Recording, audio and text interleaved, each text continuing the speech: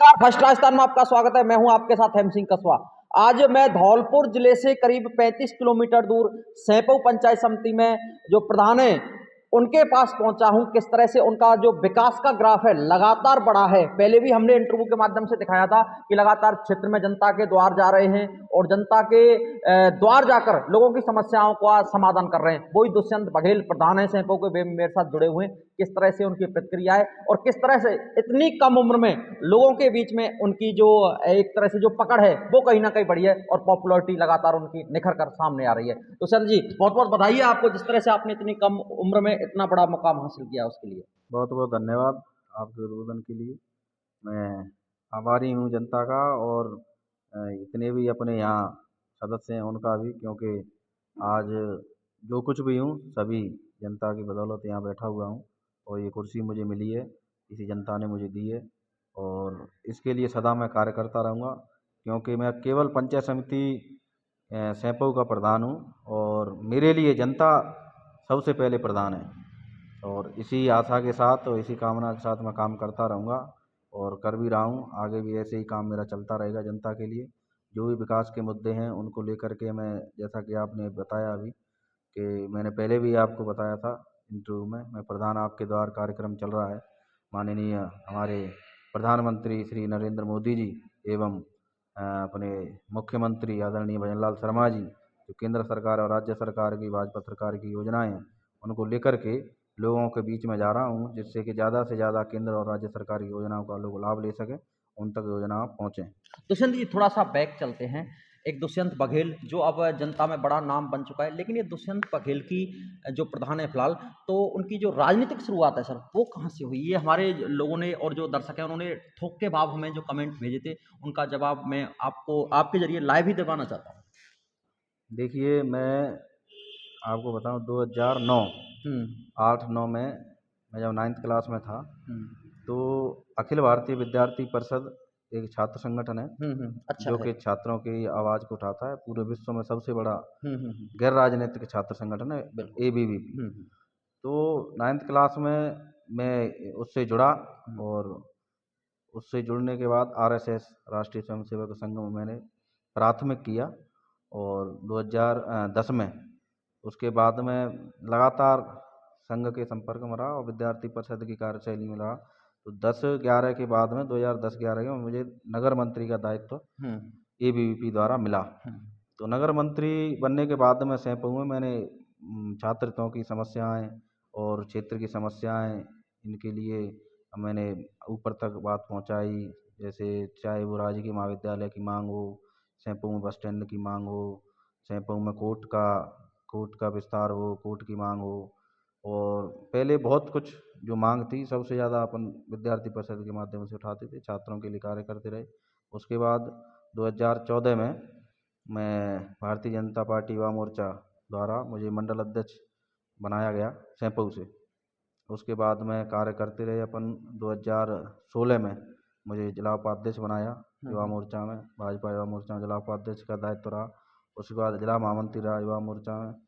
धीरे धीरे 20 में आते आते मेरे बड़े भाई, जो कि चुनाव मुझे लड़ना था लेकिन मेरी कम एज थी उस समय, हम्म 1-2 महीने कम एज बैठी थी, तो उस चक्कर में 2015 में मैं चुनाव नहीं लड़ा।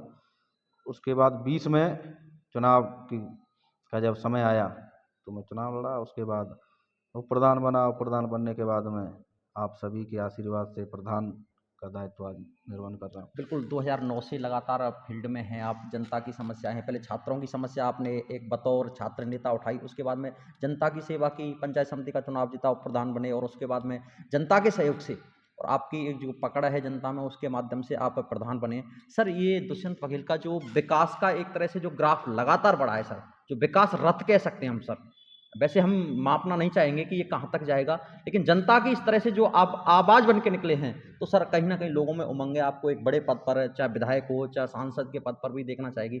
ऐसे कमेंट लोगों के आए थे कि प्रधान विधायक बनेंगे, हमारे पास करीब 100-150 ऐसे कमेंट आए थे सर, उनके लिए आप क्या कहना चाहें? उनकी बड़ी उत्सुकता थी आपको पूछने की। देखिए, मैं आभारी हूँ और उनको धन्यवाद देना चाहता हूँ कि उनकी आशाएं हैं और आशाएं, मैं तो ये कहता हूँ कि उनके मुंह में घी शक्कर, उनकी आशाओं पर मैं खरा उतरूँ।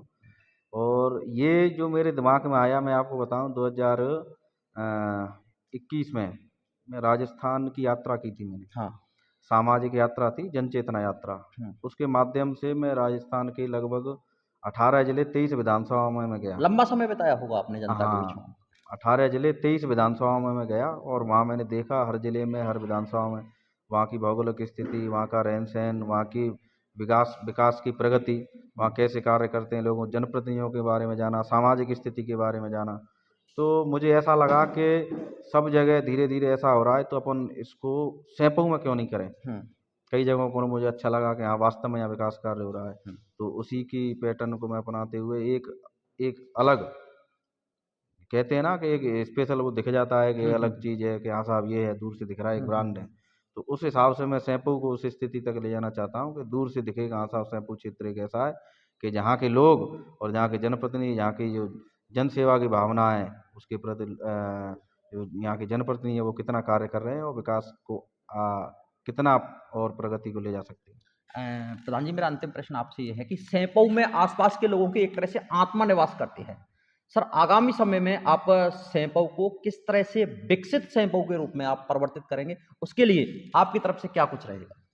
देखिए, सबसे पहले तो मेरा मुख्य उद्देश्य जो शुरू से रहा है हुँ, बचपन से, क्योंकि ये शिव नगरी है। हाँ, सैंपऊ इसको पहले भोला सैंपऊ के नाम से जानते बिल्कुल, थे। बिल्कुल सैंपऊ के बाद। महादेव, स्वयं महादेव का यहाँ हुँ, निवास हुँ, है और यहाँ जो एशिया की सबसे दूसरे नंबर पहले नंबर पर शायद हुँ, आती है। हुँ, हुँ, यहाँ शिवलिंग विराजमान है जो स्वयं निकले हुए हैं धरती से। हुँ, हुँ, और महादेव की नगरी है, तो महादेव मंदिर का जो जीर्णोद्धार है, हुँ, महादेव मंदिर में जो लकी मेला लगता है हर साल फरवरी मार्च के माह में, और लाखों लोग यहाँ आते हैं। हुँ, तो मेरा मुख्य उद्देश्य है, क्योंकि और मैं लोगों से मिल भी रहा हूँ हुँ, कि कैसे भी करके इस महादेव मंदिर का जीर्णोद्धार हो जाए और यहाँ एक ऐसा विकास कार्य हो जो लोग जो दूर दराज से आते हैं वास्तव में ये कहें कि हाँ साहब ये महादेव मंदिर यहाँ सैंपू में मौजूद है, जो कि बहुत 700-800 साल पुराना है। हुँ, और हुँ, उसकी देख रेख करने के लिए एक मैं ट्रस्ट की भी हुँ, हुँ, मांग यहाँ सरकार से करूँगा